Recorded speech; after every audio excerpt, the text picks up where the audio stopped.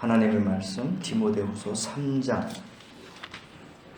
1절서부터 9절 말씀까지 저와 같이 교독하겠습니다. 디모데후서 3장 1절서부터 9절까지 교독합니다.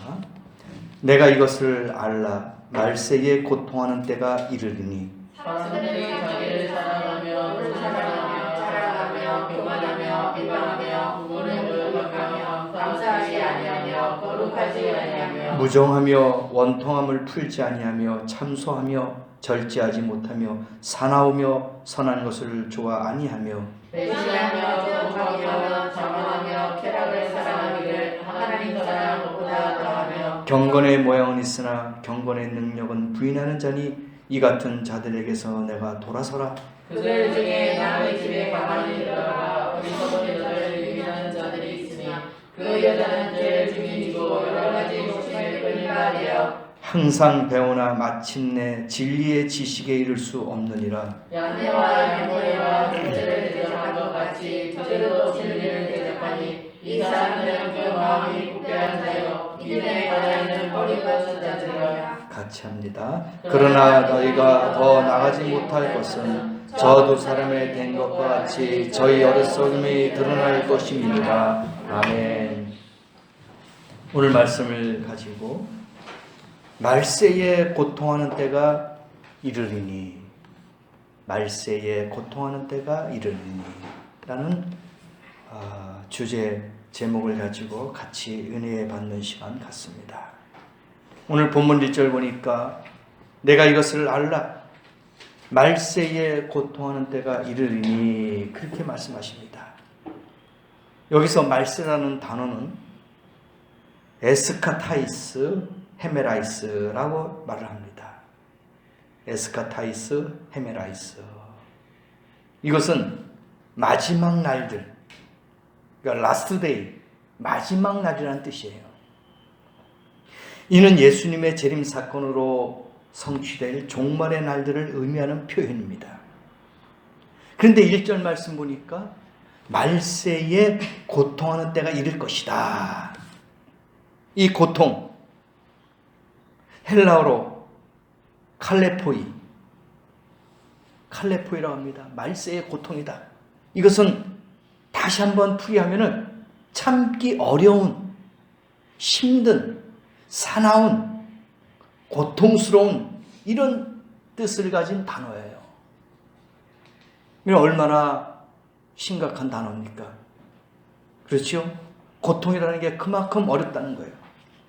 주의 재림이 임박할수록 세상이 점점 더 고통스럽고 살아가기 힘든 세상이 될 것인데, 구체적으로는 사람들이 점점 더 사악해짐을 종말의 날이 고통하는 때가 될 것이다.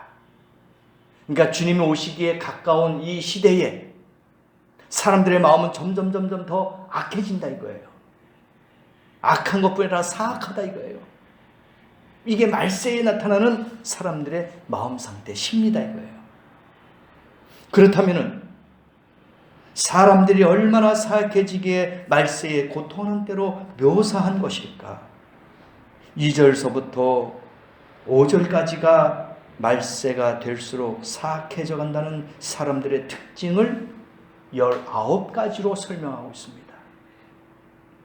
19가지의 이런 사악한 사람들의 특징을 알려주고 있는 것이 말세에 나타나는 징조다. 2절 말씀해 보십시다. 자기를 사랑한다 그랬어요. 자기를 사랑한다. 요즘 뉴스의 중심이 되고 있는 거 보세요. 전부 다 개인주의입니다. 전부 다 자기를 사랑해요. 너무나도 무서운 그런 사건들, 살인사건들이 많이 일어나지 않습니까? 대표적으로 우리가 고유정 사건을 한번 보세요. 고유정 사건을 보면은 정말 남편을 살해하고 잔인하게 그 시신까지 유괴한 걸 보세요. 얼마나 무섭습니까? 이것은 자기 사랑이 극단화되면서 어떤 일까지 벌어질 수 있다는 것을 보여주는 대표적인 사건이에요. 나를 너무 사랑하니까 상대방에게 그렇게 해를 하는 겁니다. 자기 자신을 너무 사랑해요. 그리고 돈을 사랑한답니다. 2절 말씀 그대로 나와요. 돈을 사랑하며 돈 싫어하는 사람 어디 있어요? 다 좋아하죠. 그러나 돈 때문에 사람을 죽이고, 돈 때문에 배신당하고, 돈 때문에 사기를 당하고, 돈 때문에 상처를 받고, 이 돈이 또 교회에서도 세상적인 것뿐만 아니라 교회 내에서도 이렇게 문제가 되더라고요. 우리가 너무 잘 알고 있지 않습니까? 직분을 받을 때는 돈이 필요하다는 얘기예요. 이런 소리를 들을 때마다 참 마음이 아프고 참 부끄럽기가 그지없어요. 교회 내에서도 이렇게 금전이 오고 간다는 자체는 하나님이 기뻐하지 않을 것입니다. 또 대형교회 목사들 가운데서도 분에 넘치는 사례비를 받고 있는 사람들 많이 있어요. 안타깝죠. 천국 가서는 뭐라고 예수님 앞에 말씀을 드릴까? 그렇죠? 이 땅에서 호의호식하고 잘 먹고 있다가 천국 가면은 예수님께서 뭐라고 말씀하실까? 말로는 강제상에서 어려운 사람 도와주고 선교하고, 배고픈 사람에게 빵을 주고, 추운 사람에게 옷을 입히라는 그런 말씀을 설교는 참 잘해요. 그런데 분에 넘치는 그러한 사례비를 챙기고, 그것도 모자라서 비자금까지 챙기는 그러한 형태가 벌어지고 있다는 얘기입니다. 이게 말세에 나타나는 거예요.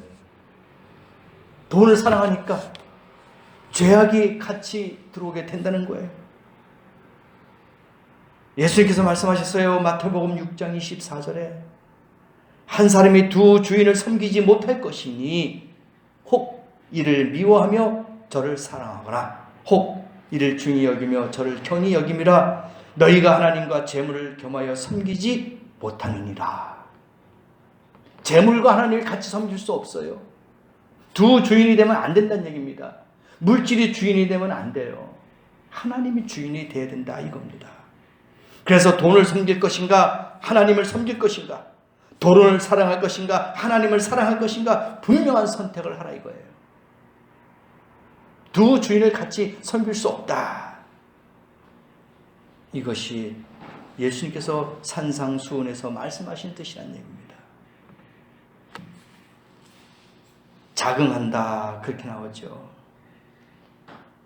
자긍한다는 것은 헬라어로 알라조네스라고 하는데, 이 단어는 본래 장마당을 돌아다니며 효과 없는 약을 선전하면서 파는 돌팔이 약장수를 의미하는 단어래요. 그러니까 무슨 뜻이냐면 허풍쟁이, 자랑꾼, 허풍을 떨고 자랑하는 거, 그 부풀리는 거, 뻥튀기, 이게 자긍하며 그런 뜻이란 얘기입니다. 그러니까 자기 PR한다는 거예요. PR 시대다 이거죠. 이게 자긍한다. 그러니까 없어도 있는 척. 그러니까 이런 사람들이 허풍쟁이라는 얘기예요. 나는 이렇게 있다. 나는 이렇게 있다. 아, 나는 이 정도는 있다. 이거 허풍쟁이, 자랑꾼이라는 얘기입니다. 그리스도인들 가운데서도 자기 자랑이 지나친 사람들이 많이 있어요. 나는 금식을 40을 했다는 둥, 나는 주님 앞에 물질을 얼마 드렸다는 둥, 나는 이렇게 헌신했다, 봉사했다, 그렇게 자랑하는 사람이 있습니다. 재미있는 거는요, 명함에다가 목사나 장로들이 명함을 새겨요. 그럼 그 뒤에다가 40일 금식 몇 회. 자, 그게 뭐 필요할까요? 그게 자랑이 돼요. 뒤에 명함 뒤에다가 그렇게 한대요. 금식 며칠 몇 회. 장로들도 목사들도 그런 명함을 갖고 다닌대요. 또 뒤에다가 무슨 박사 학위 취득. 아니 주의 종이 장로들이 그런 걸 왜 필요할까요? 주님의 일을 하는데 그게 왜 필요할까요? 그게 자랑한다는 거예요. 그런 사람들은 멀리 해야 됩니다. 교만한 거예요. 자긍하는 거예요. 자랑하는 거예요. 허풍적입니다. 하나님은 그런 삶을 세우지 않아요. 사용하지 않습니다. 그래서 사람들이 2절 말씀에 교만한가 봅니다. 교만한 거예요. 하나님은 교만한 사람은 절대로 사용하지 않습니다. 물리치세요. 본문 말씀 오늘 그대로예요. 말세 이런 징조, 이러한 것이 사람들의 마음이다.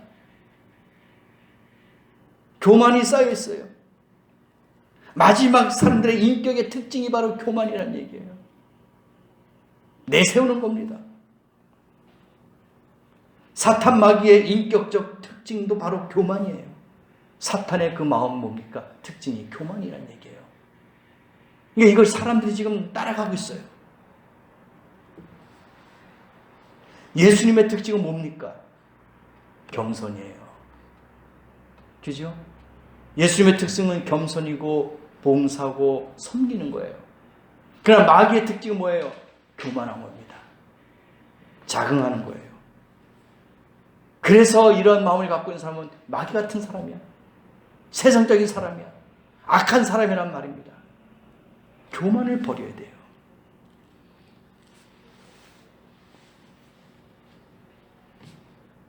마귀 사탄이 그랬잖아요. 하나님처럼 될 수 있다. 선악과를 따먹으면 눈이 밝아져가지고 볼 수 있다 이거예요. 마귀가 그렇게 유혹을 합니다. 이게 교만한 거야. 나도 하나님같이 될 수 있다. 나도 신이 될 수 있다. 이게 교만 아닙니까? 이게 무서운 겁니다. 교만한 마음을 품고 하나님을 대적하고 있는 이 세대도 하나님의 중요한 심판을 받게 될 것입니다. 마귀를 대적해야 돼요. 마귀를 물리쳐야 돼요. 그리고 회방한답니다. 회방. 헬라어로 블라스페모이, 그렇게 하는 블라스페모이라고 하는데 하나님을 모독하는 행위를 말하는 단어의 뜻이에요. 회방한다.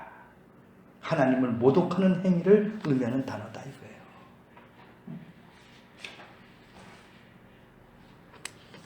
캐릭터를 보면은 예수를 동성애로 만들어버리는 캐릭터도 있어요. 그러니까 남자와 남자끼리의 그러한 사랑의 표현을 예수를 그렇게 동성애자로 표현하는 캐릭터도 나옵니다. 말세죠. 그리고 회방하는 겁니다. 하나님을 모독하는 거예요. 또 하나님은 여자다. 어머니다. 그렇게 가지고 여성으로 비유하는 것도 많이 나옵니다. 이것도 회방하는 거예요. 하나님을 모독하는 신성 모독이에요. 어떻게 예수를 그런 식으로 표현을 했는지. 물론 안 믿는 사람이겠죠. 불신자 세상 사람이겠지만 그러나 이것은 선을 넘은 거예요. 하나님의 신의 영역을 넘어서 그렇게 비하하는 것은 회방하는 겁니다. 신성 모독하는 거예요. 이게 말세에 점점 심해진다는 겁니다. 부모를 거역하며 감사치도 아니하고 거룩하지도 아니하며, 그렇죠? 부모를 거역합니다. 감사하지도 않아요. 거룩하지도 않습니다. 코로나19 때문에 지금 얼마나 심각합니까? 우리나라도 지금 2단계, 2.5단계로 격상을 시키려고 지금 하고 있잖아요. 심각한 거예요. 저는 여기서 하나님 앞에 더 많이 무릎을 꿇어야 된다고 생각합니다. 감사가 없어요. 거룩함이 없단 말입니다. 생각해 보세요. 교회가 너무나도 아름답게 지었어요. 수십억, 수백억씩 지어가지고 그냥 아름답게 성전을 지어놨어요. 그게 목회자의 성공의 척도야. 교회를 크게 아름답게 막 웅장하게 지어놓으면 그 목사 성공했어. 야, 대단한 목사야. 그게 표시가 되는 거예요. 하나님께서 어떻게 됐어요? 교회에 모이지 못하게 해버렸잖아요. 건물이 중요한 게 아니라는 걸 알려준 거예요. 너희들이 너무나도 화려하게 하고 너무나도 돈을 많이 투자해가지고 아름답게 꾸몄지만은 그것은 사람 보기 위해서 교만하고 거룩함이 없는 그런 상태에서 한 것이다 해가지고 하나님이 어떻게 했어요? 비대면을 해가지고 코로나로 싹 예배를 금지시켜버리잖아요. 건물이 중요한 게 아니잖아요. 우리 개개인이 움직이는 성전 아닙니까? 거룩한 성전이에요. 그래서 이제는 가정에서는 어디에서나 조그만 그룹 모임에서도 거기서 예배하고 영과 신령으로 예배 드린다는 거기는 하나님 함께 한다는 거예요. 이제는 건물이 필요 없다는 거예요. 구약에 성막 어떻게 했습니까? 성전이 없었어요. 성막을 가지고 다니면서 여기다가 성막 텐트를 쳐놓고 거기서 예배를 드리다가 또 걷어가지고 또 옮겨가지고 또 거기다가 텐트를 쳐 성막 거기서 예배를 드리고 그랬어요. 건물이 어디 있습니까? 수십억 수백억 투자할 그 돈 갖고 성교하자 이거예요. 어려운 사람 도와주고 그리스도의 사랑을 증거하자 이겁니다. 그 하나님이 딱 막아버리잖아요. 이게 문제죠. 이게 대한민국 교회의 현실입니다.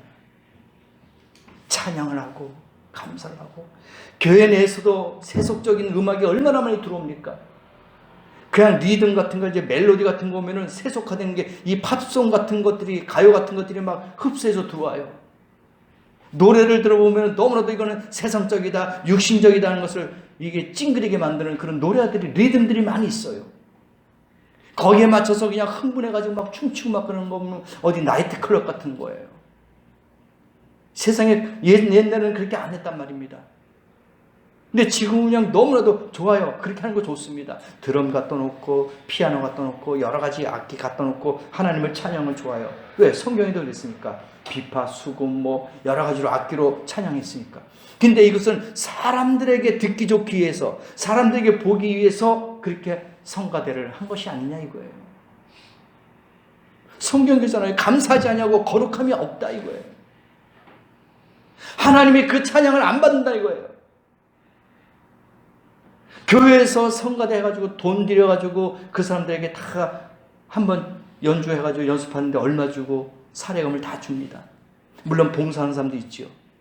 그건 큰 대형 교회는 막 수십 명, 수백 명씩 성가대가 딱 해가지고 그냥 예배될 때 웅장하게 막 찬송하고 막 그럽니다. 하나님이 안 받으시는 거예요. 그래서 코로나 때문에 성가대도 못하게 하잖아요. 지금 자동으로 금지됐잖아요. 하나님이 그런 찬송 안 받아주십니다. 네? 음정이 틀려도 박자가 안 맞아도 내 마음속에서부터 정말 사랑하는 마음으로 찬양을 한다면 하나님이 그 찬양을 받으시는 줄 믿습니다. 악기를 동원하지 않고 성악가 준비도 안 된 그런 사람이 아닐지라도 체계적으로 전문적으로 배우지 않는 그런 노래라 하더라도 정말 하나님이 사랑하는 마음으로 하나님을 찾는 그런 간절한 찬양, 기쁨과 감사의 찬양은 하나님이 받아주신다 이거예요. 그래서 하나님이 그런 찬송 수백 명, 수천 명 모이는 그 성가대 나는 필요 없다. 나는 받아주지 않는다. 그런 육신적이고 세상적이고 가식적인 것이다 하고 비대면으로 땅 묶어버리잖아요. 깨달아야 돼요. 목사들도 너무 바빠요. 세미나 간다. 어디 모임 간다. 스트레스 받고 막 너무 많습니다. 너무 바빠요. 하나님을 만날 시간이 없어요. 큰 교회 보세요. 1년에 한 번 담임 목사 만나는 것 하늘의 별따기입니다. 그것도 예약제예요. 몇 월 며칠 날 몇 시에 담임 목사하고 면담. 물어보세요. 사실 그래요. 어디에 대형교회 수천 명, 수만 명 모이는 목사님 만날 수 있어요? 절대로 못 만납니다. 대통령보다 더 무서워요. 네? 못 만나요. 예약을 해야 됩니다. 비서가 다 날짜 잡아줘요. 몇 월 며칠 날 무슨 이유로 목사님을 만나느냐. 그러면 다 상담 기록이 다 리스트가 있어요. 그러니 하나님 만날 시간이 어디 있어요, 목사들이. 너무 육신적으로 세상적으로 바쁜데. 그러니까 하나님이 탁 또 코로나로 막아버리잖아요. 어느 단체, 어느 모임 못 가게 딱 막잖아요. 그 목사님들이 이제는 교회에서 기도하는 시간이 더 길어졌잖아. 하나님과의 관계가 더 가까이 이제 갖는 시간이 길어졌잖아요. 하나님이 이런 걸 원하는 거예요, 이런 거를. 하나님이 대한민국을 얼마나 사랑하는지 이걸 깨닫게 해주시는 거예요. 이걸 알아야 된다, 우리가. 영적인 목사들이 좀 이걸 깨달아야 돼요. 이제는 큰 교회, 대형 교회 아닙니다. 성가대에 있는 그런 교회, 야, 멋있어, 아름답다.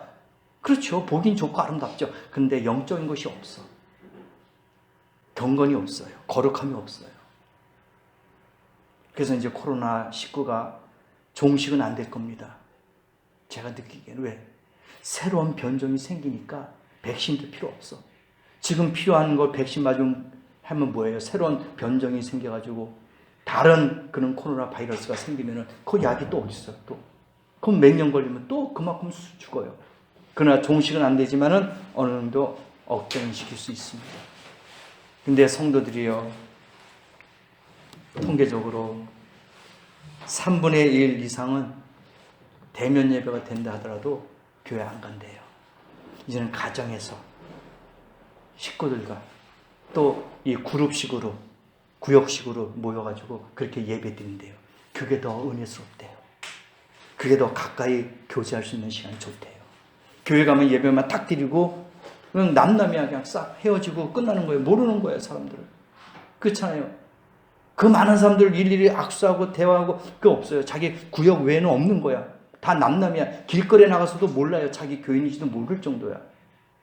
그러니까 이제는 사람들이 가정에서 예배드리고 그 구역식으로 예배드리는 게 더 모임이 좋다 이거야. 더 가까이 지나고 더 속 이야기도 할 수 있고 더 좋대요. 그래서 비대면이 없고 대면 예배가 되더라도 이제는 교회 참석 안 하고 이렇게 예배드리겠다는 사람들이 지금 많이 추세로 옮겨진다는 겁니다. 사실 그게 더 좋을 수 있죠. 왜? 가정에서 예배드리니까 이제는 가족과 그 우대 관계가 있고 더 믿음이 더 성장될 수가 있는 거예요. 하나님은 이런 걸 원하는 거예요. 하나님은 이런 거룩함, 하나님은 이런 감사를 원하는 거예요. 좀 더 깨우쳐지고 더 많이 알게 하는 그런 하나님의 뜻이 담겨 있다는 거예요. 그래서 원망하지 마시고, 아, 이것이 우리에게 기회구나. 이것이 하나님께 더 가까이 갈 수 있는 은혜구나 생각하시면서 우리가 극복하고 이겨야 되지 않겠느냐. 그럴 때 하나님이 우리에게 더 축복할 줄 믿습니다. 더 많이 하나님이 우리에게 채워줄 거예요. 3절에도 나오잖아요. 정이 없대요. 무정하대요. 말 그대로 무정이라는 건 사랑이 없다는 거예요. 사랑이 없다는 거예요. 무정하다. 정이 없다. 우리 대한민국 사람은 정으로 살잖아요. 그렇죠? 다들 물어보면은 어떻게 삽니까? 아유, 미운 정, 고운 정으로 살죠. 사랑해서 산다는 말은 몇 명 없어요. 그렇죠? 다 물어보면 어떻게 살아요? 아유, 미운 정, 고운 정으로 살죠. 왼수 같은 사람 무슨 사랑이 있습니까? 이렇게 하잖아요. 다 그렇게 다들 이야기해요. 그러니까 대한민국은 정이야. 그래서 무슨 초코파이가 정 그렇게 나오잖아요. 정이에요, 정. 근데 정이 없대. 왜냐면은 여성들이요. 최근 여성단체 중심으로 보면 낙태법 합법화. 낙태법을 합법화하자 이거예요. 그러니까 낙태도 된다 이거야 이제는. 정이 없는 거야. 자식에 대한 애착심이나 사랑이 없는 거야. 우리 같으면은 옛날 사람 같으면 어림도 없는 소리 아닙니까? 응? 내 뱃속에 아기가 자라난다 생각하면 정말 감사하고 이걸 지켜야 되기 생명을 지켜야 되겠다는 지금 그게 아니에요. 낙태법을 통과시켜가지고 내가 필요 없다 그러면 그냥 낙태시키는 거야. 서로 사랑하다가도 기분 나쁘면 아기 낙태해버리고. 지금 그게 우리나라에도 자꾸 계속 여성단체에서 나오는 거야. 낙태법을 허용하자. 미국 같은 데는 주별로 다 틀리기 때문에 미국에는 통과한 주가 많이 있어요. 6개월 된 아이도 낙태해버려요. 심각합니다. 말세에 나타난 이게 현상이에요. 너무나도 많습니다. 보이지 않지만 지금은 불법이지만 우리나라 불법으로 지금 낙태하는 산부인과가 얼마나 많겠어요. 통계로 나오지 못합니다. 원차는 임신을 했다. 그래서 아기를 죽인다. 이게 합리화가 될까요? 명분이 안 됩니다. 아무런 법적인 제재도 없이 마음대로 죽일 수 있는 법이 통과된다? 심각합니다. 낙태법이 아니라 이것은 아동 살해법이에요. 살해하는 겁니다. 죽이는 거, 살인자가 되는 거예요. 여성단체들 보면은 그런 식으로 자꾸 해요. 왜? 필요하지 않은 임신을 했다 이거야. 성폭행을 당하고 간음을 당하고 그 다음에 또 남자하고 사귀다가도 그런 잘못된 교제로 인해 가지고 애기 임신을 했다. 그럼 그거 어떻게 하냐? 낙태하라 이렇게 나오는 거예요. 또 검사해 보니까 이 아기가 또 장애를 갖고 있다. 그럼 어떻게 해요? 죽이는 거예요 또. 심각합니다. 그래서 검사를 못하게 하는 이유가 그거예요. 검사해가지고 보니까 제가 장애를 갖고 있네.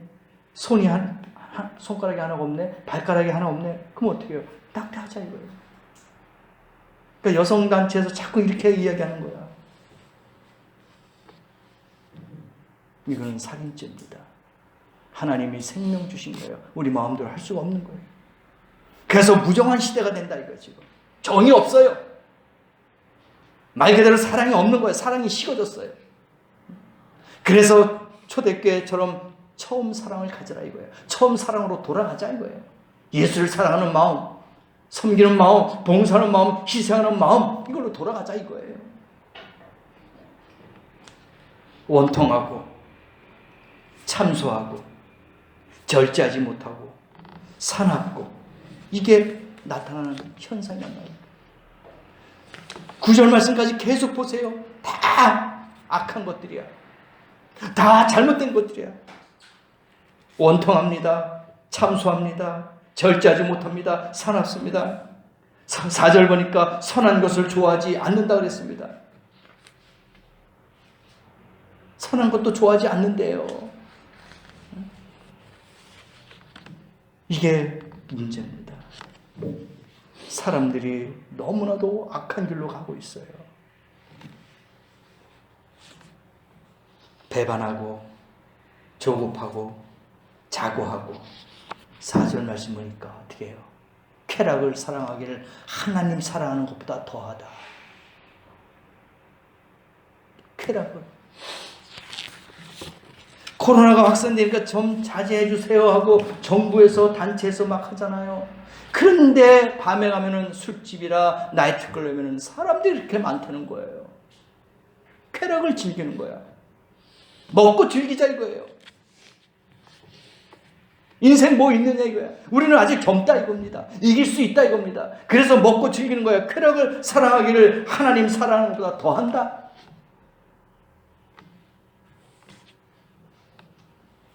쾌락이라는 걸 우리는 성적 쾌락을 포함한 세상의 일락을 의미하는 단어다 이거예요. 세상의 즐거움을 말하는 거예요. 이게 쾌락이에요. 세상의 즐거움 얼마나 많이 있겠어요. 동성애에 빠지고 마약에 빠지고 알코올에 빠지고 남녀간의 사랑에 빠지고 너무나도 쾌락이 즐거운 거야. 하고 싶은 대로 다 할 수 있는 거야. 그런데 디모데전서 5장 6절에 보니까 일락을 좋아하는 이는 살았으나 죽었느니라. 그래요. 그들의 육신은 살아있지만 영은 다 죽어있어요. 죽어있는 사람들입니다. 세상 일락을 빠져서 하나님을 바라보지 못하는 자는 하나님의 심판을 피할 수 없다는 것을 알아야 합니다. 하나님의 심판 피할 수 없어요. 소돔과 고모라 보세요. 성에 빠져 있어요. 음란에 빠져 있습니다. 쾌락에 빠져 있어요. 어떻게 했습니까? 소돔과 고모라를 하나님의 세상 멸망시키지 않습니까? 이게 현실일 거예요. 하나님은 분명히 그렇게 하실 겁니다. 왜? 그렇게 안 하면은 정직하게 살고 영적으로 사는 사람들이 얼마나 억울하겠어요. 그렇잖아요. 우리는 열심히 하나님을 섬기고 믿고 세상의 쾌락을 다 악하다는 걸 알면서 우리가 참고 금하고 절제하고 살았는데 그러한 하나님의 심판과 징계가 없다면 얼마나 우리가 억울하냐 이거예요. 그들은 쾌락과 즐거움에 빠져 있고 잘 먹고 잘 살고 있는데 그러나 하나님의 심판은 분명히 일어날 줄 믿습니다. 그래서 5절 말씀에 경건의 모양은 있으나 경건의 능력은 부인하는 자니 이런 자들에게서 어떻게 돌아서라 이거예요. 오염이 되어 전염이 됩니다. 돌아서야 됩니다. 쾌락을 죽여가는 사람 같이 빠져요. 술 좋아하는 사람은 같이 있어보세요. 술 먹게 됩니다. 쾌락의 즐거움에 같이 빠지게 돼요. 오락에 빠지는 사람 같이 있어보세요. 같이 빠집니다. 그래서 경건의 모양은 있으나 경건의 능력을 부인하는 자니 이런 선생님부터 벗어나라 이거예요. 타락한 인생들 가운데 특별히 하나님의 사역자들을 자처하는 자들이 타락할 때 어떤 모습인지 보여주는 말씀이라 이거예요. 타락한 목사들 많아요. 경건의 모양은 있으나 경건의 능력을 부인하는 사람들. 목사의 탈을 쓰고 있고 경건의 모양을 갖고 있지만 그 안에는 없다 이거예요. 이런 자에게서부터 벗어나라.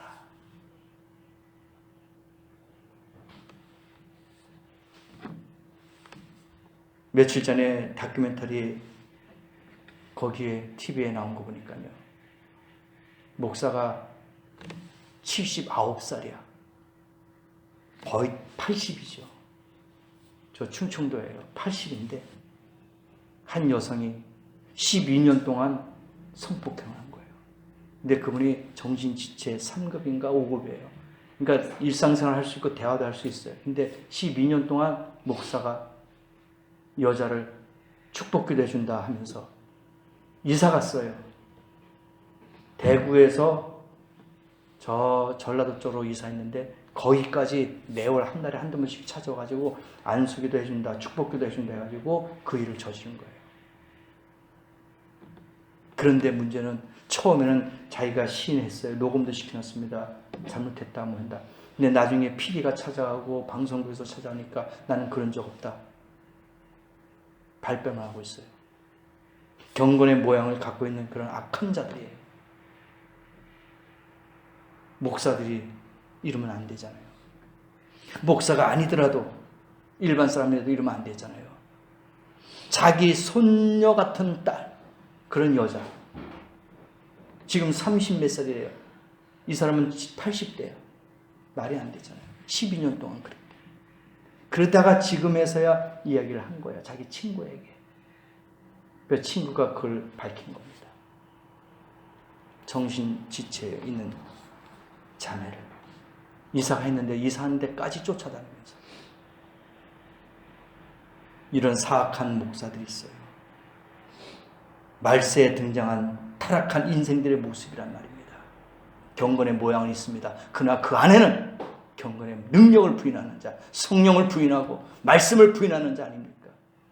이런 자에서도 어떻게 해요? 떠나라. 돌아서라 이겁니다. 그와 같이 하지 말라 이겁니다.